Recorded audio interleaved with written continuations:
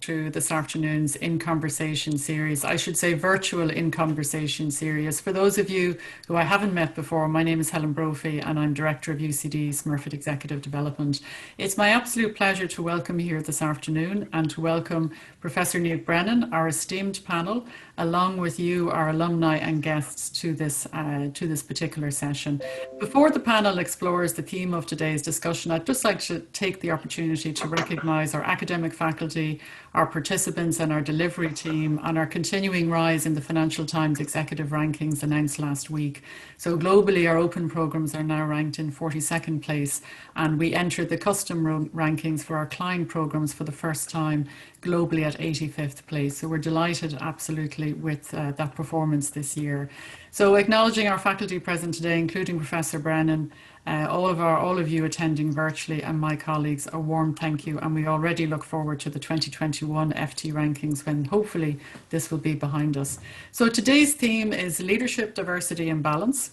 And we actually selected this theme in late January before COVID-19 impacted our world. It was chosen for the importance of corporate governance and the value that diversity and balance can bring to leadership teams and our boardrooms. Little did we know back then, but that by March, COVID-19 would become the central focus as a global society, organises our way in which we're dealing with this pandemic.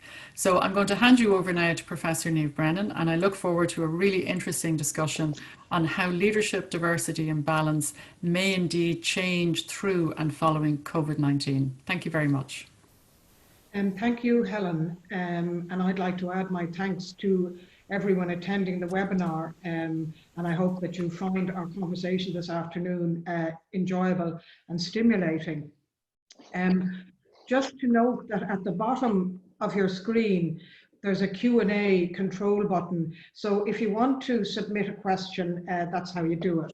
So I'm going to start by introducing our distinguished panelists in alphabetical order. So I'm going to start with Moira Flahive, who is a barrister at law and chair of Leinster Rugby Inclusivity Committee. And Smurfit Executive Development has recently committed to a partnership with Leinster Rugby on player transitioning, business coaching and leadership. Next in alphabetical order is Roz O'Shea, who is a non-executive director, a governance and culture consultant. Tongue-in-cheek, I'd say that Roz's greatest claim to fame is she's a graduate of the UCD Diploma in Corporate Governance, and in fact, having graduated from that program, she now lectures on the program and is an absolutely stellar lecturer. The students love her course. Next is Feargal O'Rourke, managing partner of PricewaterhouseCoopers, PwC. Feargal is also generously giving his time as a member of the Irish Advisory Board to the Smurfit School. And last but not least, he is also a distinguished graduate of the Master of Accounting, the Smurfit School. And then finally, Martin Shanahan, who's the CEO of the IDA, the Industrial Development Authority. He's also an adjunct professor in the UCD Smurfit School. And Martin first kind of came on my radar in 2014 when he performed with extraordinary aplomb on CNBC's Walk Box. And I highly recommend that you look at that on YouTube if you haven't seen it. And in fact, look at it again, because I did so last week and it really brought a smile to my face. So leadership and diversity, you know, in the high octane environment of COVID-19. So I just thought I would start with a general question to the panel about leadership. And in my mind, leadership operates at two levels. Firstly, at the management level, and then secondly, at the board level. So who'd like to pick up that theme? Yeah, I'm happy to jump in there, Niamh. So I think, listen, for leaders, everything has changed utterly in the last number of weeks. You know, the environment they're operating in, whether one is leading a company, a university, indeed a country. All of these things, people are grappling with a new environment, an environment in which a lot of things aren't known, and people are grappling with the unknown. And I think there are probably the fundamentals of leadership haven't changed, but Dana Brownlee, writing in Forbes, actually identified 7 leadership traits that leaders need in a COVID environment. And I thought it was a nice encapsulation. And I think the first was candor, so being honest, and even where being clear, telling people what you know, being upfront. And I think a lot of people know, there are lots of challenges facing us, and being clear about that. Secondly, it was about consistent, reliable, fact-based communication. I think we can all agree with that. And, we have seen probably in recent times where maybe information hasn't been as reliable or as fact-based as we would like it to be. Third is empathy. I think it's really important that we demonstrate empathy. And I think, there's a link to diversity there. I think leadership teams which are broad-based, which reflect your team, which reflect the broader society, which reflect the customers that you are serving, you're much more likely to be empathetic to the experiences that they are having. Fourth was managing hybrid teams, and the very fact that we're doing this virtually is the way we're all working at the moment, and trying to cope with that has become a new challenge for leaders. Flexibility and adaptability. I think that's going to be the watchword, to be honest with you, for quite some time to come, because of all those unknowns that I spoke about earlier. Humility, and not being afraid to say that you don't know and you don't have the answers. Certainly, there's so much we don't have the answers on at the moment. And finally, active listening. I'm a firm believer that nobody possesses all of the answers, that there is, within organizations, that knowledge isn't the preserve of a particular grade or level, that you listen to everybody's perspectives, and you take them on board, and that's what informs good decisions. So I thought Dana had done a nice job there of just encapsulating some of the things we're all going to need more of from a leadership perspective. Martin, you're leading a large organisation, and Feargal, you are too. How many staff do you have in PwC? 3,107 as of last Friday. And Right. to Martin's point, I think the leadership styles just need to be accentuated at this time. We have 4 diversity pillars in PwC that we've pursued for the last number of years. The obvious ones around diversity and sexual orientation. But we have international, because we have 64 different nationalities in the firm now.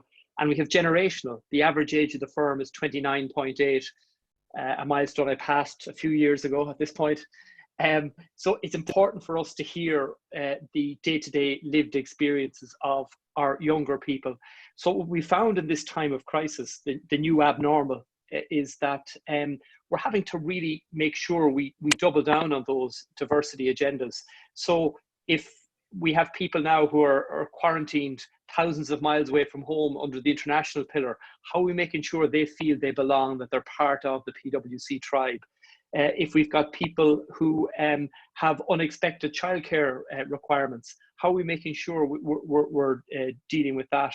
So I suppose we're amplifying our diversity lens at the moment to deal with the crisis that we're in.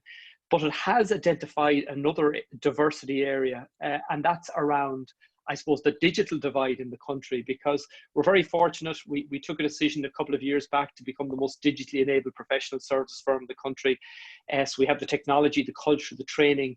But as I talk to clients, some of them don't have those digital skills in their people. They don't have the technology, or perhaps they're down the country where the broadband working from home isn't as good. So I think for all of us, diversity means certain comfortable pillars we've been operating off in recent years, but the crisis has thrown up new ones. And I think for me, the digital divide is the one divide that's really going to have to be dealt with at a national level. I think once we start to get out of this, we're going to have a national program to make sure people have the digital skills, and the digital infrastructure to be able to participate in society and the economy on an equal basis. Okay, a lot there, Feargal, to set our agenda. Moira, how would you pick up the kind of diversity theme? Well, Niamh and the panel and the audience, in Leinster Rugby, we have identified, and I think all along, our motto and is from the ground up. And I believe that in this new COVID world that we find ourselves in, it is important. And I think it's really good that Martin mentioned those 7 qualities. It's very important to listen, to have everybody in the same room as best you can, have people from all areas of your organization and outside of your organization in the tent. And really, if you're in any kind of pursuit of excellence like Leinster Rugby is, and that is why the Inclusivity Committee was established, we are looking in the first instance at the women's game in Leinster. And if we want to continue our pursuit of excellence from the ground up, we have to have all of our stakeholders involved, everybody in the room participating. And that goes back, as I said, to Martin's point raised that he spoke about the active listening and the empathy.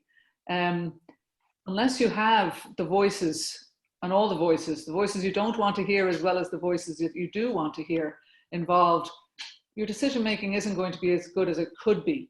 So being a leader and being able to step up and say, what do you think? And I want you to tell me really what you think, and being able to stand above and say, I want to hear it all, and bring that information with you.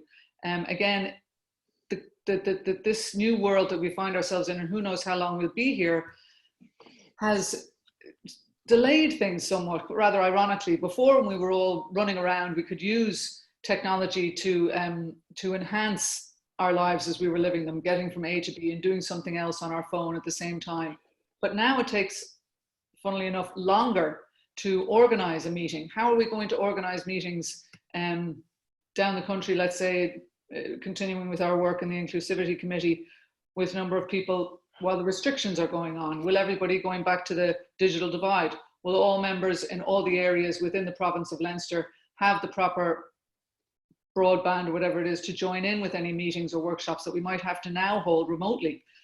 So those are some things, but I think the most important thing for leadership, full stop, is being able to invite everybody in and listen to everybody's voices. And that is the way that you'll get to what you want to achieve. And I think also, just finally, I know Niamh, you mentioned this at the outset, the partnership that Leinster Rugby have entered into with the Smurfit Executive Development with regard to transitioning from the bubble of rugby, professional rugby, into the business world.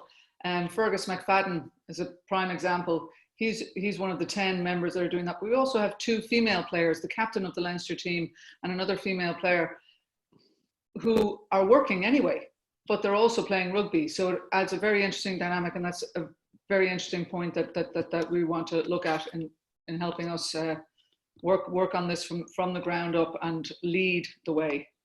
Mm-hmm. If that answers your question. Yeah, thank you. It gives us great insight, Moira. And just moving on to Roz. Roz, what does leadership in COVID times look like in the boardroom, do you think? Yeah, so I think, if applying the corporate governance lens to the topic and kind of building on the points made by the other panel members, I would say that certainly, in the times of great change and crisis such as we're in, and particularly looking at the diversity lens, it's absolutely essential to have that diverse boardroom, people who think differently, cognitive diversity in its broadest forms, taking account of that international angle, as Feargal mentioned, generational angles, people who just think differently, have different life experiences, different, perhaps from different sectors. Because I think maybe, before up to now, where, perhaps a one-dimensional board that had a tendency towards groupthink might have been undesirable. I think now, as we're sort of trying to navigate uncharted territory and unprecedented challenges, I think it could be fatal. So we really need to bring in people who have those diverse perspectives. And if we can't access them immediately, I would say perhaps there's shortcuts to kind of institutionalize, if you like, diversity in the boardroom. Perhaps you appoint somebody as the contrarian, or you have the kind of the de bono six hats thinking, where people are assigned a particular role or you know, way of thinking. You're the customer, you're the regulator, you're the employee, and to work through ideas that way to get to diversity in the short term. But for sure, long term, we need those people with different perspectives who can make really high impact contributions to, you know, to particularly as we're sort of looking at reshaping strategy in many cases. Mm-hmm. Roz, a question has come in from one of the attendees in relation specifically to the SME sector. Do you have any kind of insights in relation to SMEs, the boardroom, governance for that particular sector?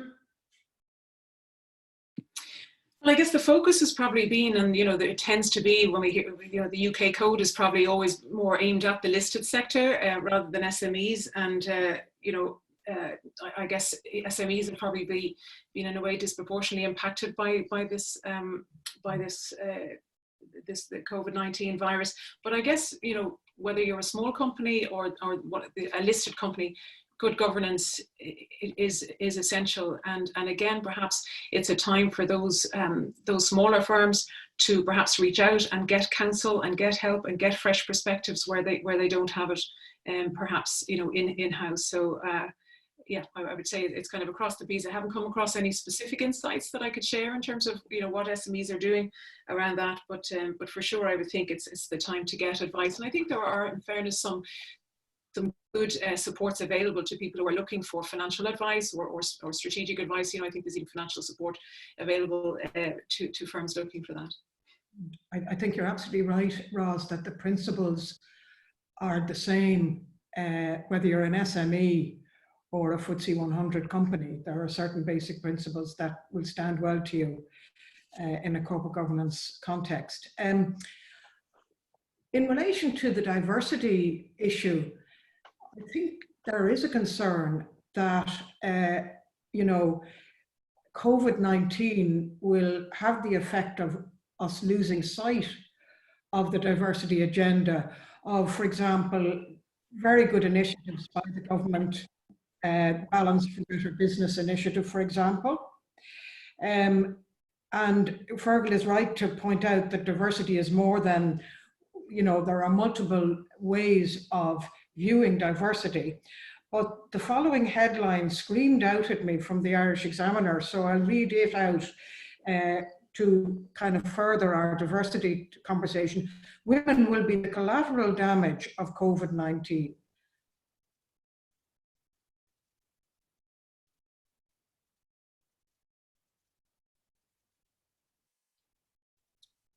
I mean, if you like, Niamh, I'll take that up and perhaps challenge that headline.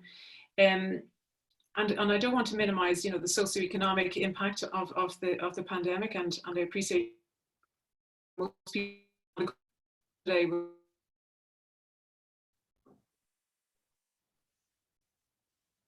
You're breaking up, Roz, so I'm going to go to somebody else. Martin. I'm happy to jump in. Yeah, thanks, Niamh. I think Roz was going to take issue with the headline. I think, you know, I'm probably more in agreement with it in that, you know, if we look at what we know to date, and actually the CSO have published some, you know, good information in the last couple of days around the impact of COVID-19, and you know, that does show at the moment that women are feeling the impact more and are, you know, have a more negative outlook, less satisfaction with life, more likely to be feeling challenged at the moment, downhearted, depressed, and so on.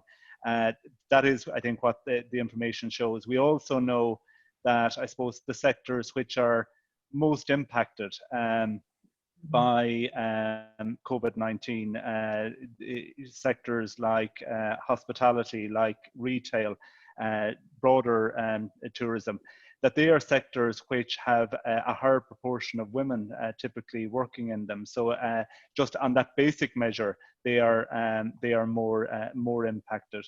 And I think, you know, there are, you know, and I think you raise an interesting point, Niamh, also about, you know, is diversity itself and inclusion going to be a casualty of COVID-19, where, you know, as companies, you know, look at, you know, huge drops in revenue, as they look at cutting costs, will, you know, issues of diversity, issues of gender balance be relegated? And I know, you know, I'm involved in Better Balance for Better Business, and, you know, we've made fairly good steady progress over the last 3 years in relation to the numbers on boards, listed boards, the ISAC 20 and so on. And but there's still quite a ways to go there. And you know, it would be unfortunate if gender and indeed all of the other areas of diversity and inclusion were to be impacted. And you know, I think the other issue, I think socioeconomic issue, which certainly concerns me, given my own role at this point, is that, you know, we will have, I suppose, two parts of the economy, sectors very impacted, you know, which are regionally spread largely: tourism, hospitality, retail, and they're heavily impacted, and they're going to be felt in rural and regional locations. And those sectors which are probably holding up, like technology and finance, are more urban based, and in some cases more Dublin based. We have potentially an issue where we're going to have high unemployment. If you look at the figures from the CSO earlier today, it looks like if you include everybody who is receiving a government support, we're at about 28% are in receipt of some sort of government payment at the moment because of their work circumstances or lack of work circumstance. You know, but again, those are coming from sectors where the skills match may not be there for the sectors which are doing well and likely to do well going forward. So we have quite a job of work, I think, on our hands to ensure that people are upskilled, retrained, developed in order to be able to make some of those transitions, or otherwise we're going to end up with some structural unemployment. I mean, Martin, you used, in the earlier part of the conversation, yourself and Feargal referred a good deal to what I would call soft skills and the importance of soft skills in these conditions. And Martin, you used the word empathy. Feargal, a lot of your clients are facing into pretty tough times, and it may require making very tough decisions. We've already seen companies having to make very tough decisions in relation to employees. So how do you square the circle between empathy on the one hand, and then on the other hand, having to take tough decisions in the interests of the survival of the business? Speaking about PwC, I suppose, we have a set of values, and we have for the last few years tried to make sure we've walked the walk and talked the talk on values. And I think for every company out there, how they manage the next 5 or 6 months with their people and their organizations will define their culture for the next decade. And for us, I suppose, we went out early on to our people and said, okay, we've talked about values for a number of years, and now we're going to live those values. So we established 3 principles early on with our people. We said one is that we would take long-term decisions, not short-term decisions, reflecting the fact that we will be in business the long term. So we will continue to be the largest private sector recruiter of UCD graduates, for example, this year and next year. The second decision we said was that partners, being the economic owners of the business, would bear the brunt. And I was open and said to people, that means, and I'm not looking for sympathy, I said to them, partners will suffer a pay cut of about 30% this year, plus they will leave money in the business to fund it. I said, I'm just giving you context, I'm not looking for sympathy. And the third principle we established was, for as long as possible and as far as possible, we would protect people's jobs and protect people's base pay. And we've got a great reaction to that so far. And I think you can have it every way. That you can be empathic. The feedback we've got from the briefings we've done is we've been very authentic, we've been very transparent. To Martin's point, we're not sugarcoating it, and people understand we will stick to those principles as long as we can. It's not saying at some point we'll get to a point where we'll have to take tough decisions, but I think if you're open, you're transparent, you're consistent with your values, you're authentic, I think people will accept that in different circumstances, you may need to change your approach if you are transparent and consistent and open. So I don't think it's an either or. I think you can be empathic and be hard-nosed at the same time once you're consistent and consistent with your values. Mm-hmm. You used a word, Feargal, there, culture, and Roz, culture is one of your areas of expertise. And the culture, you can argue, is set in the boardroom, tone at the top, etc. So what are your views on how boards approach the consequences of COVID-19 in terms of culture? Yeah, it's an interesting question. I hope you can hear me now. I hope we're not seeing an example of that digital divide.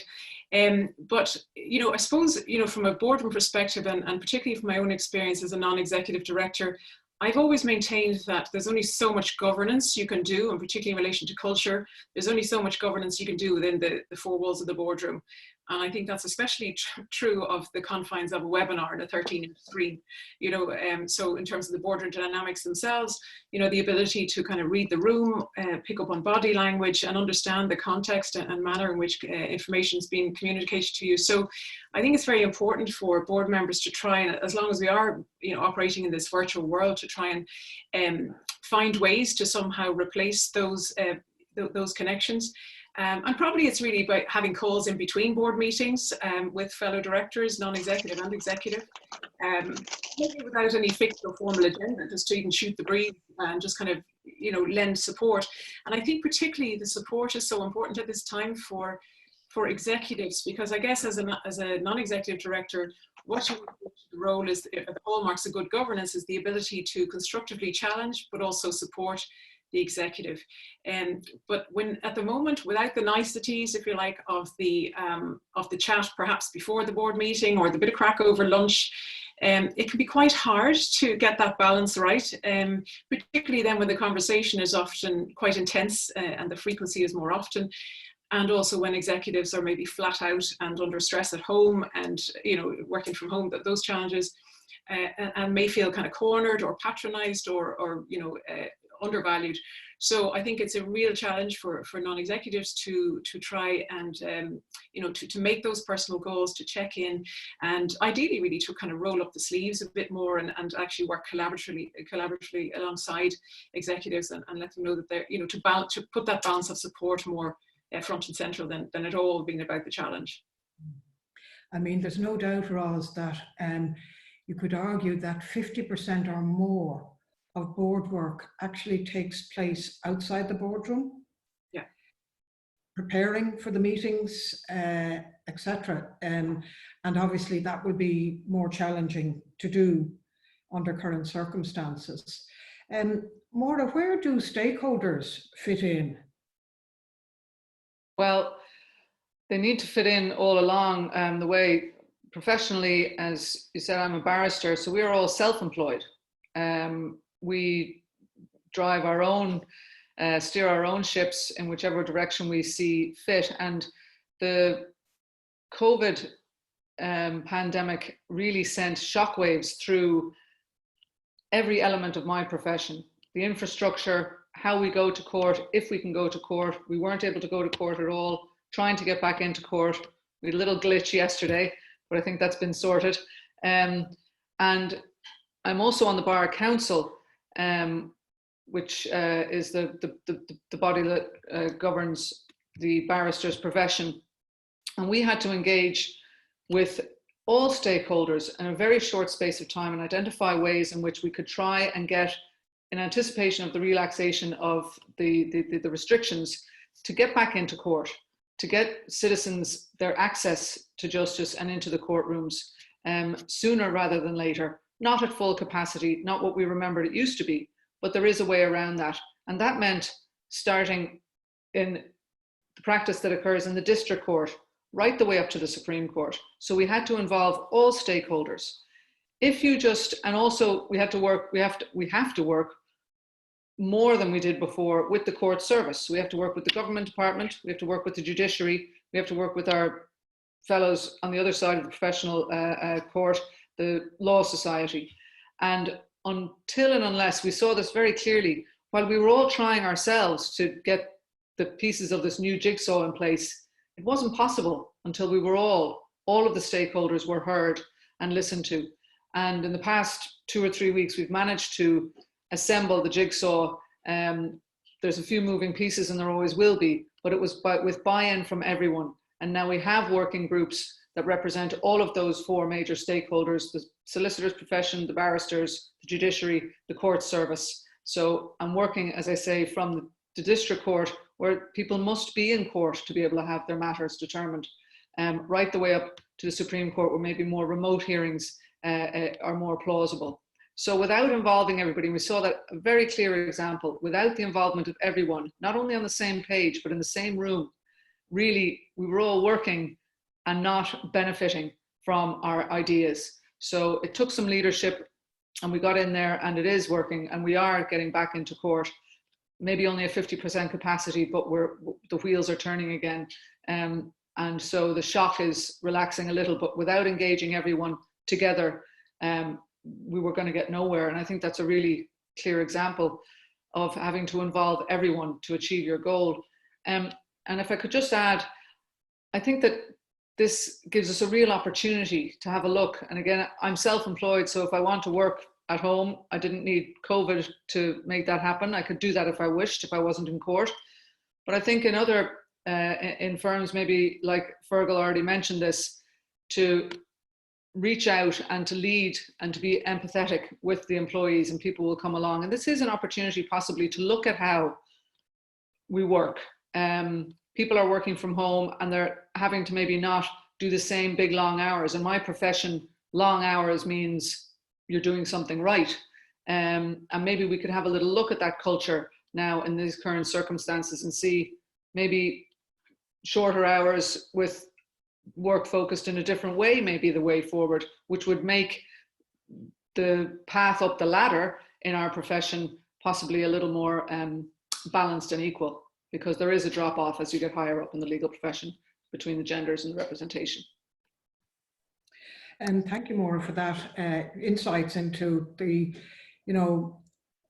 there are unique challenges in different sectors. And I think what you're describing is quite unique.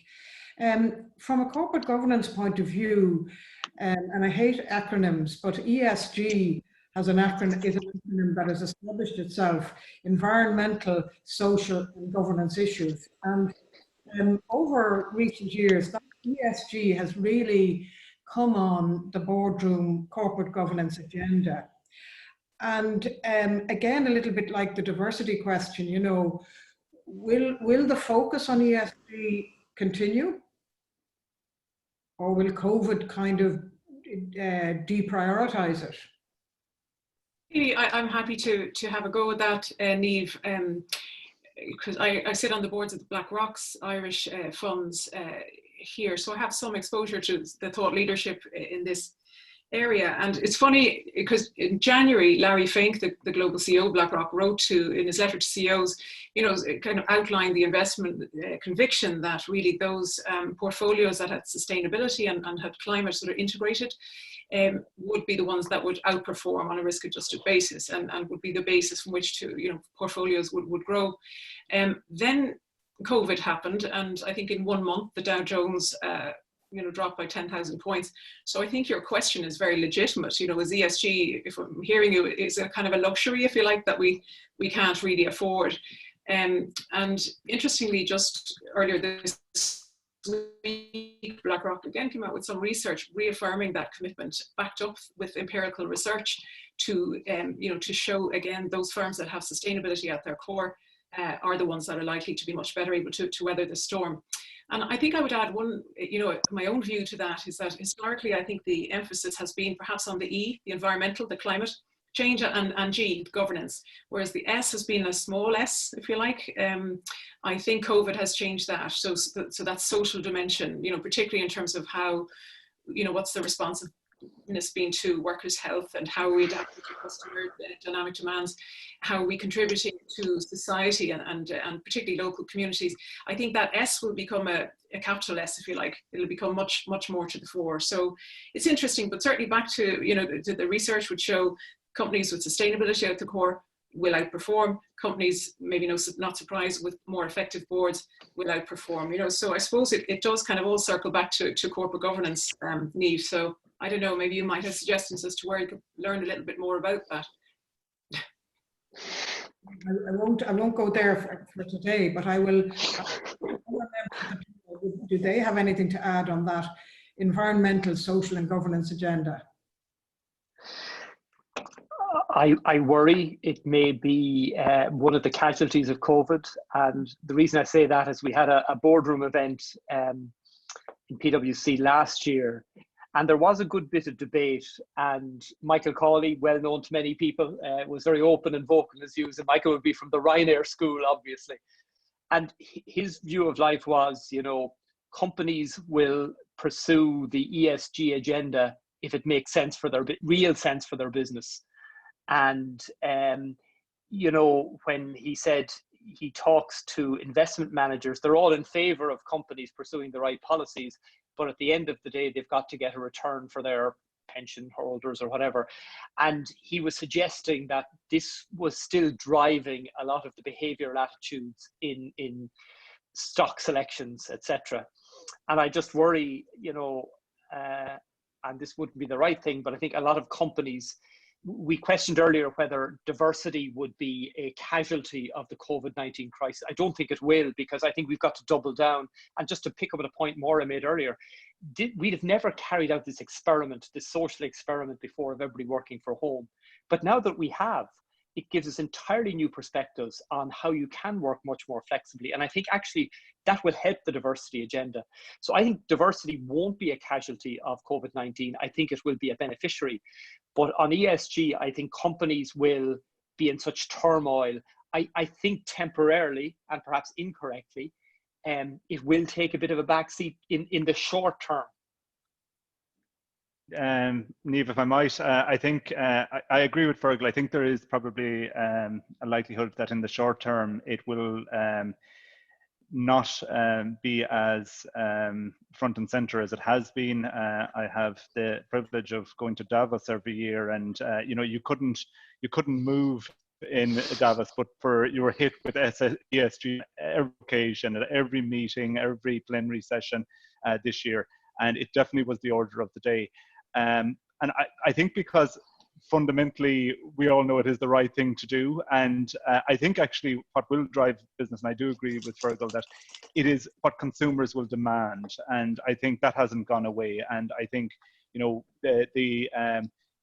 consumer and the people who, and I mean consumers broadly in terms of all the products and technologies that we now consume, they are looking at environmentally sustainable products and services. They are looking at products and services that are socially responsible. They expect employment to be socially responsible and environmentally friendly. So, and I think the governance piece has also now become more embedded. So, obviously, at the moment, a lot of companies deflected just on the issues around the bottom line, the impact on shares that Roz mentioned earlier. But I think it is more embedded, and because it makes business sense. And I agree with Feargal also just on the diversity piece. Businesses will embrace diversity and inclusion because it makes sense from a diversity or from a business perspective.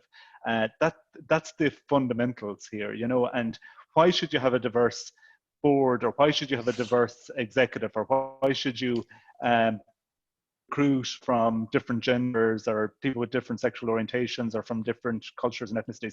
Because it makes business sense to do it. It reflects your customers, it reflects broader society, you're going to make better decisions, and it has proven again and again that those businesses outperform. That's why people will continue with it. Moira talked about different ways of working, and we are currently working in different ways, and we think at the moment of different ways of working remotely from home. But there are more macro suggestions,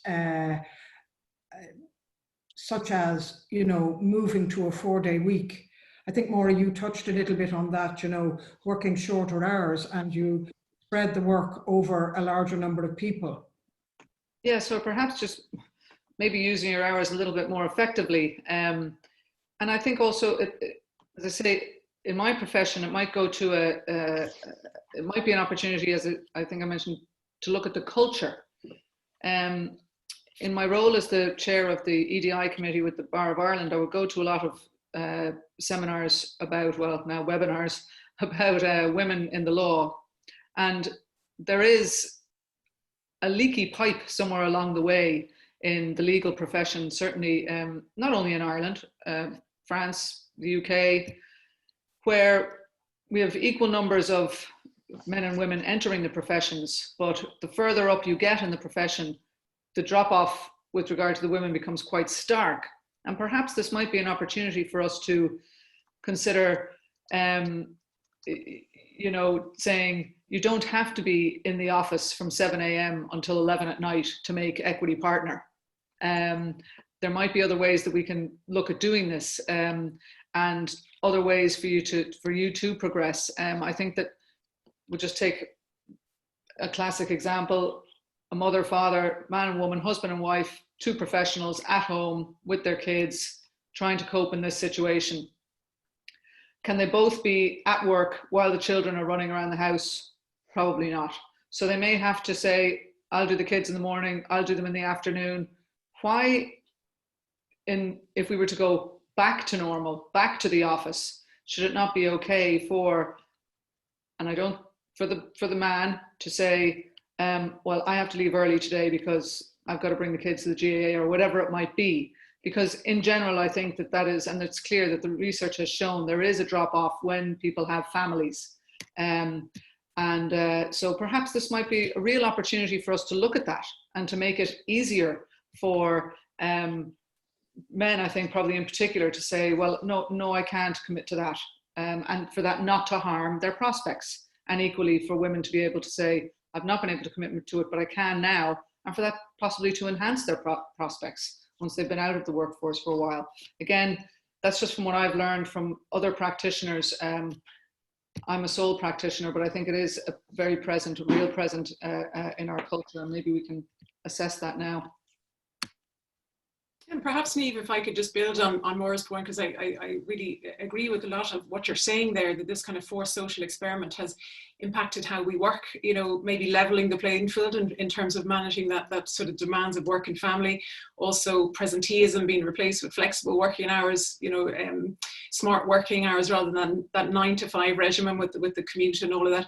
But I think probably thirdly, I'd sort of add to that in saying that I think it's also made leadership more human. You know, I think we're kind of getting insights into each other's worlds or aspects, sharing aspects of our lives that, you know, we haven't done to date, and certainly maybe might be the first time for leaders. So I think as a result of that, they're probably likely to be much more in tune with, you know, employees' circumstances and their challenges and their well-being and just mental health. And I suppose, you know, the impact of all of that, kind of just, you know, referring back to what Moira was saying, is I think perhaps for sort of ambitious working women at a certain time in their career, where that flexibility, that degree of empathy can make such a difference. I think COVID might have bought us a decade, you know, and I think we should grasp that opportunity, and particularly when we look at, you know, we're entering an environment where we've seen exceptional examples of some exceptional female leadership at international levels, you know, from Norway to New Zealand. And so I think, you know, we should really try and sort of celebrate that kind of very female, nurturing, collaborative, trusted approach to leadership, which again just seems to be more needed now than ever. So yeah, I'd agree with what Moira was saying there for sure. You're quite right to point out that there are opportunities out in this as well as risks. And I was on a call this morning with some of my UCD colleagues, and they were calling out some incredible initiatives that came out of dire events, world wars, previous pandemics, etc. So it will, creative people will do things that will change the world for us, possibly on the back of COVID-19. I'd like to just pick up some of the Q&A, and this one I think is very pertinent. Given the fact that low-paid workers, shop assistants, hospital cleaners, ambulance drivers, bin collectors, and care workers have kept our life support systems going during this crisis, can you say something about the leadership those people have given to society? We haven't heard too much about hedge fund managers in this regard.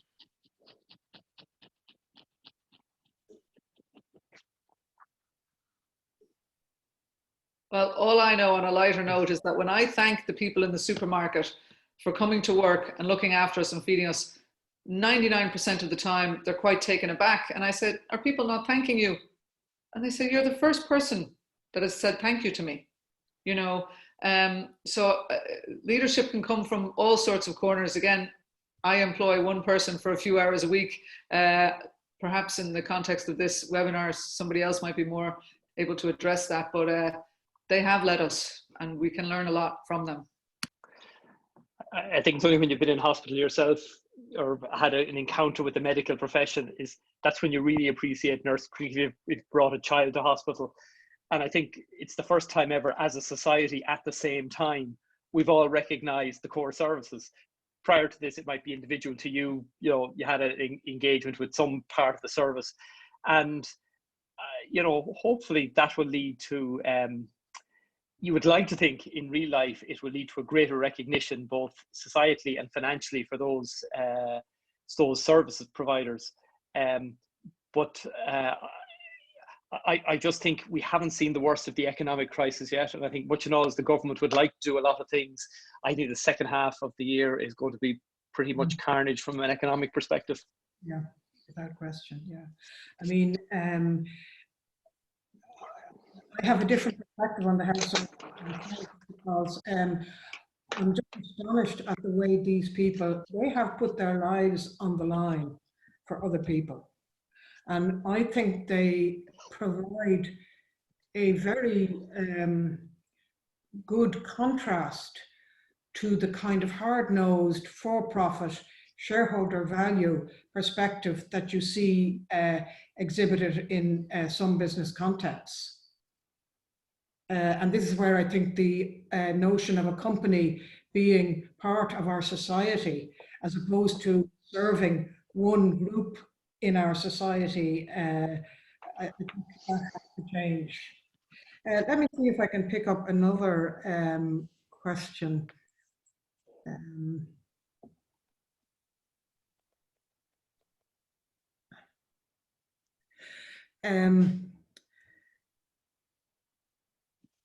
All male panels are on the rise again. Not here. I'm not sure that that is true, because I think that social media reacts so negatively to panels that, you know, if you have an all-male panel, or by the way, they should react similarly if they have an all-female panel. Actually, I'd like to see how many times all-female panels get, you know, a negative backlash versus the males. I think, you know, at this point, Niamh, I think one has to really do one's due diligence when one agrees to participate in a panel now to make sure that that balance is there.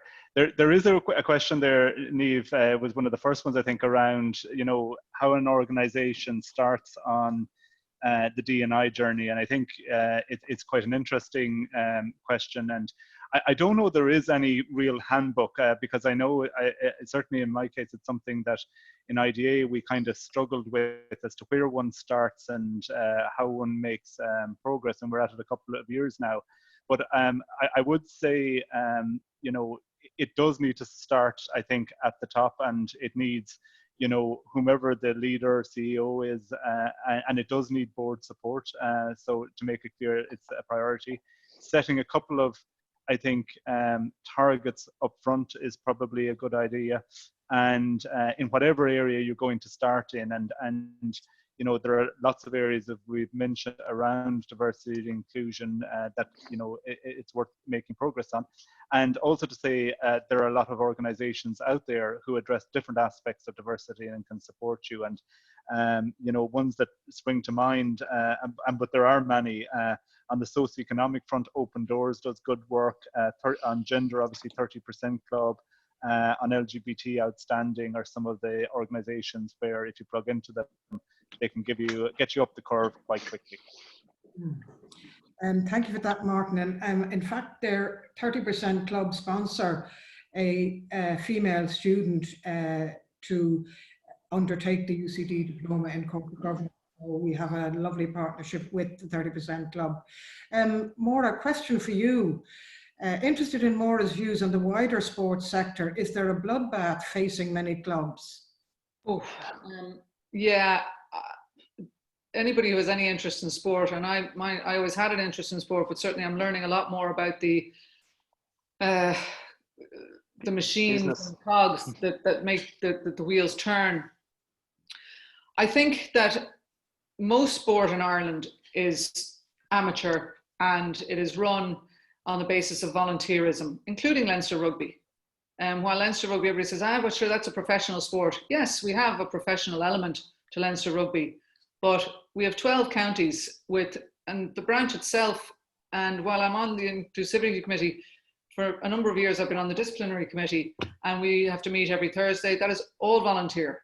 It is all volunteering, from whether you're volunteering inside in the branch or whether you're volunteering at your club down in Athlone or in Rosslare or in Birr or wherever it happens to be. And I think the clubs that have a really strong core of volunteerism and can organize themselves will weather this storm. Most of them, whatever sport they're in, are pretty much broke in any event, you know, and they might have an L raffle or a Christmas dinner or something like that, or a fancy dress, something at Halloween to make some money.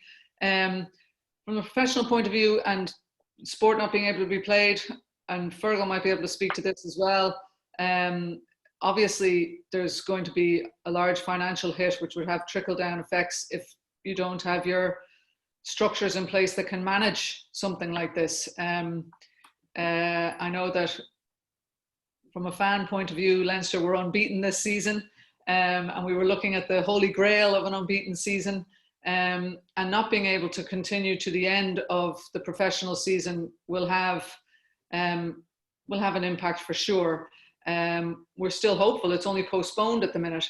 I can't speak to the likes of GAA. Again, I know that their championship would bring in a huge amount of money to the GAA, and I know that they work that from funding from the top down. It's a really good example of how that can work.